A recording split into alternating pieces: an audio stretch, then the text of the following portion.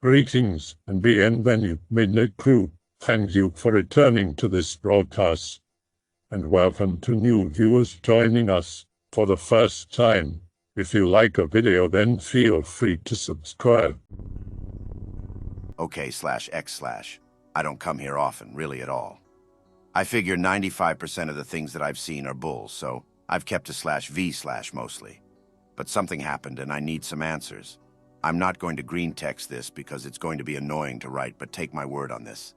I don't frequent /X/, and I do not, or at least didn't believe in this. I don't even know what to call or describe what I saw, but that's why I'm here. I'm from Ireland, and this happened in the woods near my house. It's screwing with me because these woods are so close to my house. It's maybe a 5-minute walk away and you're there.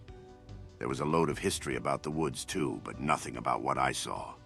The history is that way back when the British were taking Ireland, a bunch of people bared themselves into this old tower in the woods to get away from them. But the Brits just surrounded the tower and let them starve inside. Gruesome shit. Sorry if I'm not describing it really well, but I'm generally not good at telling stories. But back to the story. So there's this place in the woods that we like to hang out by, that's called Lover's Leap. It's a cliff facing a river and a load of lush green fields. It's beautiful. We've been there so many times and nothing strange has happened at all. Last weekend we decided to go camping there. Our exams are starting soon, and it's our last chance to get together and have a good piss-up. So 7 of us went, 4 lads and 2 girls and myself. We bring 3 tents. One of them are those big 10-people tents where we generally do most of our drinking and banter.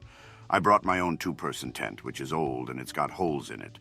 So if we didn't get good weather that day, I'd basically be screwed. And Jason brought his own tent too.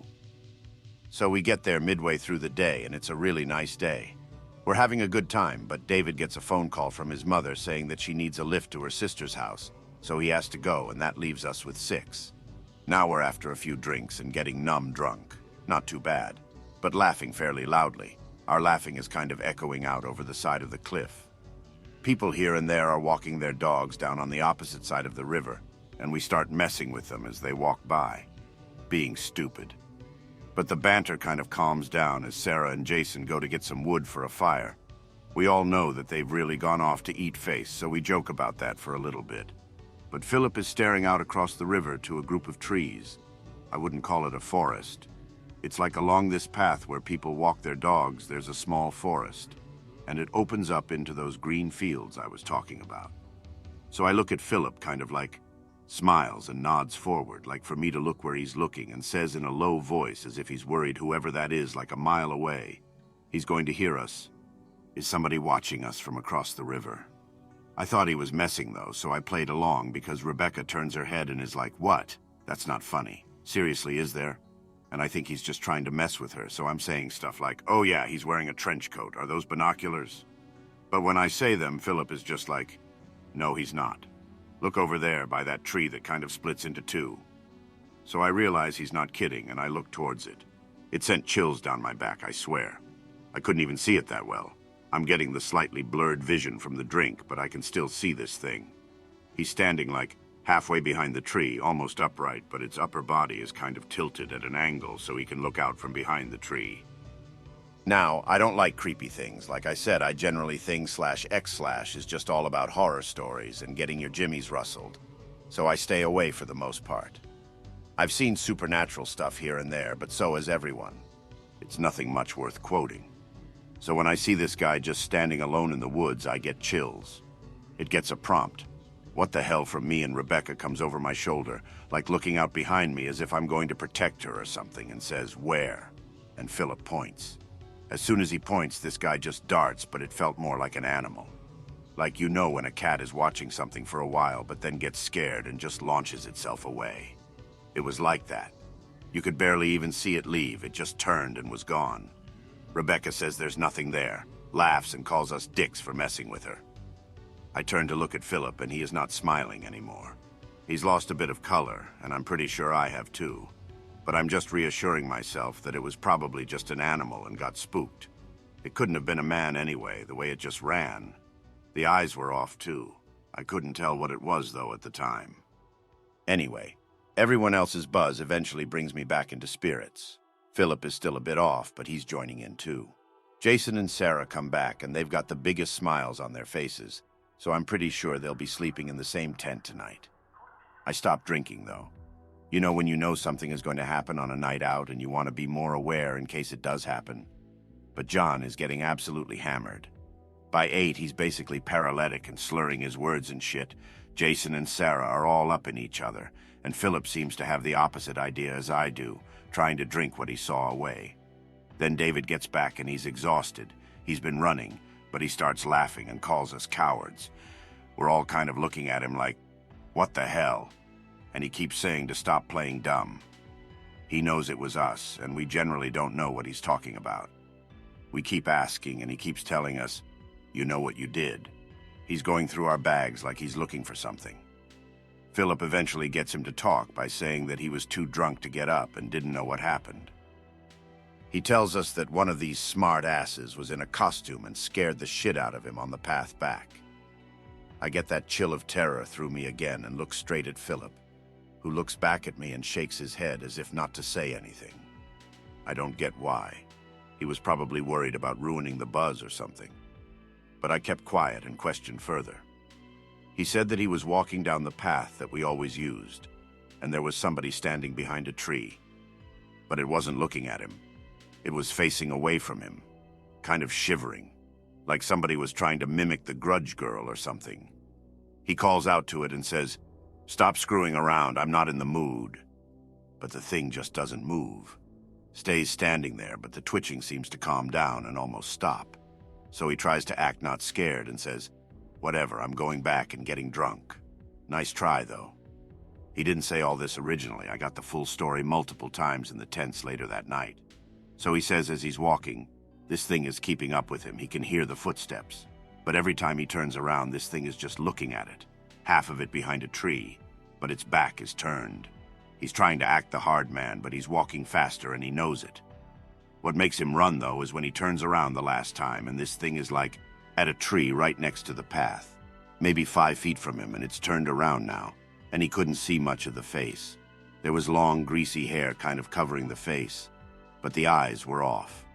He described it, though, and it sounded like whatever he saw would describe what I had seen. He said the eyes were like reversed, like the part of your eyes that were supposed to be white were black, and where it was meant to be black, it was white, but more like the eyes were hollowed with this white dot in them.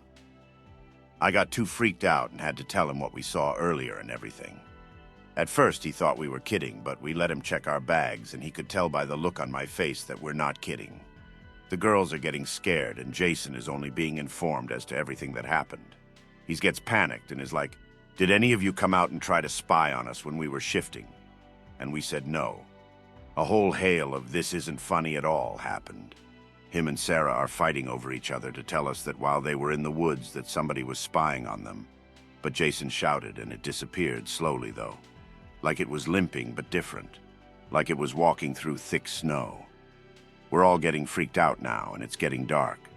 We all want to leave, but none of us want to go through the woods at this time. So we start the fire and stay close to it. Nobody is in the mood for drinking anymore, even though most of it is gone anyway. Everyone seems pretty sobered up except for John, who is just absolutely drunk, telling everybody that everything is fine, there's nothing there, and we're all a bunch of spastics. He's the worst when he's drunk, like a broken record. It was bad, though. It was like as it got darker, any chance we had of getting out of the woods that night was gone, and it was dark. It was like fog. The light just wasn't reaching as far as it should have, and the air was clammy. The worst was the noise, though. There was nothing. The only thing we could hear over the fire was the river running and a branch breaking from a tree here and there. The worst was that we all were pretty quiet, too. Some of it was fear, but a lot of it, at least for me, was just listening, trying to hear if there was anything in the woods. For ages, though, it was nothing, and some of the lads would fire a joke off here and there, trying to lighten the mood and bring the crack back. Eventually, Jason and Sarah decided they'd just retire early for obvious reasons. John passed out not long after that, so we put him to bed, and the rest of us went to bed after that. I managed to get Rebecca into my tent, my excuse being that it would be good to have 2 people in each tent, just in case. David argued that 4 of us in the big tent would be a better idea, But I had my own motives with Rebecca, so I managed to convince him. I won't go into details, but things went off with me and Rebecca. I played the protective card and it worked. So we're moving around in the tent, and the fabric of our sleeping bags is making a good bit of noise as we're moving. In fact, I'm pretty sure if anybody is awake that they can definitely hear what's going on. And I'm also pretty sure that if we stopped making noise, we'd be able to hear Jason and Sarah going at it too. Sorry if this is long-winded, by the way. It only happened last weekend, and I remember it so vividly, and I'm putting in all the details just in case it's like attributes to this. Anyway, we stop because I think I hear a noise and there is complete silence. Because Jason told me later that he heard the same thing and they stopped too. I kept Rebecca quiet and listened for maybe 40 seconds. She whispered that stupid saying, "It's not funny anymore." And I shook my head to tell her to stop talking. Eventually, I heard footsteps. I'm not sure if somebody stepped out to go to the bathroom, so I text David and Jason to ask. I've seen enough horror movies to know that you don't make a scene of yourself, so my phone didn't even vibrate when I texted, and I hid the light underneath my sleeping bag. Got 2 nopes back. Hear a few more footsteps. It sounds like whoever it is just lingering around our campsite, not getting close to any of the tents, like staying at a radius is the best way I can describe it. It's just a question now about who will have the balls to speak up first. Eventually, Jason shouts out from his tent when he hears the footsteps kind of get around to his side of the site, "Fuck off!" And we hear the footsteps darting off into the woods. And I kid you not, the most terrifying screech I've ever heard in my life. It was like a woman screaming and an animal crying at the same time. Like there were 2 voices from one. I got too freaked out and the fear outdid my boner, so I called everyone to get into the same 10-man tent. There weren't many arguments. When we get out, though, I get this smell. At first I thought it might be the fire dying out, or that somebody might have put some metal into the fire while we were sitting around it, but I get this distinct smell of blood. The taste on my tongue was like when you chew on the zipper of a hoodie or something. Everyone smells it, but we disregarded it at the time.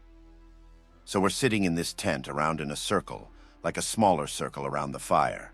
John is wrecked and tired, but can't get to sleep with all of us talking.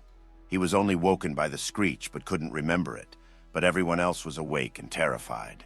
We were all talking about it, and David was going into more detail about what he saw on the path to the camp. The girls are terrified. Sarah starts crying, and Jason and Rebecca start comforting her. David is almost completely sober, and I'm the next closest to it. Philip is so terrified and says nothing, and nobody is sitting with their back to the door thing of the tent. Some of us are dealing with it by texting people to find out if they're still awake, seeking comfort in the fact that there are other people that are awake and safe, that they know what's going on in case we all disappear. At about 3 a.m., we heard it again. It's walking around the tents again, but it's closer now, and that smell of blood is stronger. It's like stale blood, though, more like a copper coin or something X10. But I figured that whatever this thing was, it was probably after blood. It's also making noise now. It's the freakiest thing. It was like it was trying to pronounce words, but it was choking at the same time. Like it was struggling to speak, or it was practicing without wanting to be heard. We all just sat there in silence, listening to this, whispering, "What the hell?" over and over. We all keep looking at Jason, though, to shout at it again and get it to go away. But he's just as scared as we are. Eventually I do it, but I don't say anything. I just shout loudly, and I hear it like it was ready to run away. But then it stopped, and it shouted back, and I swear, it'll be burned into my brain for the rest of my life. It shouted, "Fuck off!" back, like in the same pitch as Jason did, but not. It was in 2 voices again, but it was a voice like Jason's, kind of. It's hard to describe it.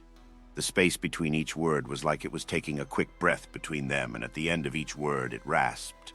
Then it started screaming, "Off, fuck off, of Puca, off," over and over again, like a cat coughing up a spitball or something.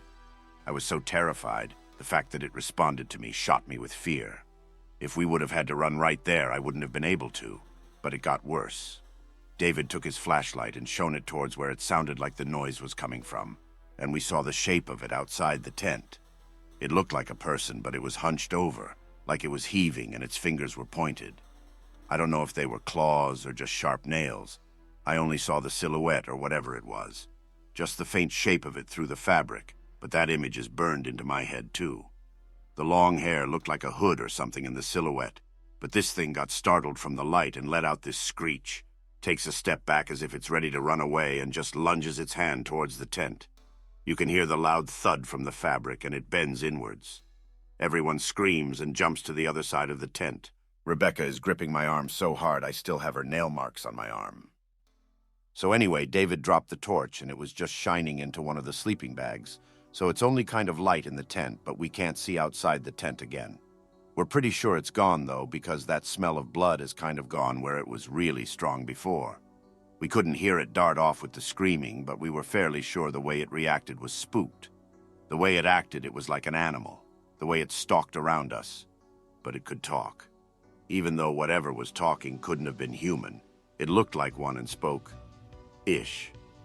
I'm fairly sure if any of you have any idea about what it is, you'll know now, but I'll keep going anyway. The only other time we got contact with it was when it was about 6 a.m.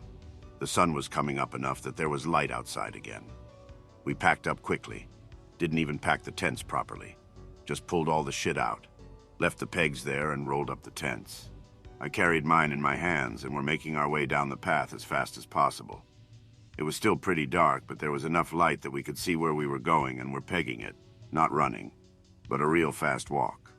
People aren't even looking back. They're so terrified. I looked back once we were getting close to the edge of the woods, not far away from where we parked the cars, and I swear I saw it. It was close too, and it looked like Jason. Not totally like Jason, its eyes were terrifying, like if any of you are gamers, imagine Nightingale armor from Skyrim, just dark around the eyes and a white dot in the middle, but it was wearing jeans and a hoodie like Jason, and the hair wasn't long anymore. The best way I could describe it is like if you described a Pokemon to somebody in detail and asked them to draw it. They would draw something like it, but it wouldn't be the same. That would be the comparison. So I'm back and glad to see this thread still exists somewhat. Been doing research on this, and it looks like the Puca fits the description pretty well. A few of you mentioned skinwalkers, and it seems like it's the same thing, just we call it something different in Ireland. I spoke to my grandmother yesterday about it. I didn't say that I'd seen anything, just asked her what she knew about it, and she flat out believed they exist. Didn't mention anything about them hurting people, though. Just that they're just trouble and bad luck.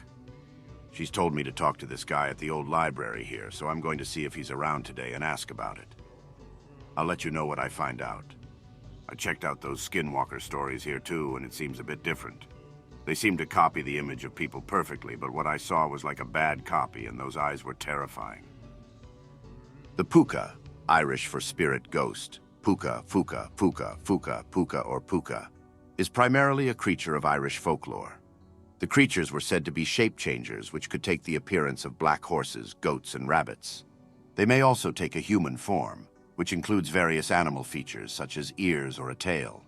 Fairy mythologist Thomas Cately said, "Notions respecting it are very vague," and in a brief description gives an account collected by Croker from a boy living near Killarney that old people used to say that the Pucas were very numerous, long ago, were wicked-minded, black-looking, bad things, that would come in the form of wild colts with chains hanging about them.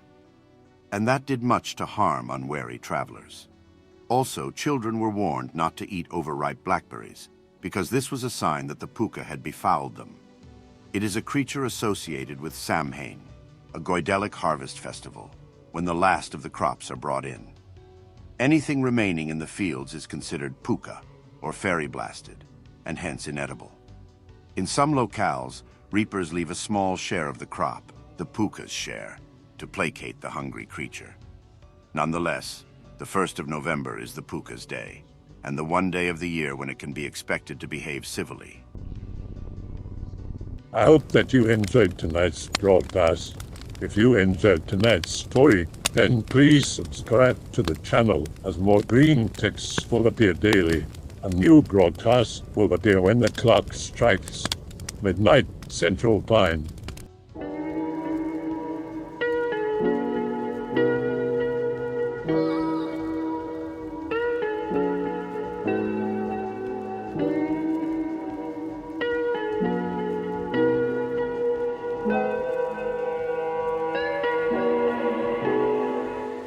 We're Remember to check out the Odyssey page in the description for a second archive of the channel's videos. There's also a Rumble archive as a backup.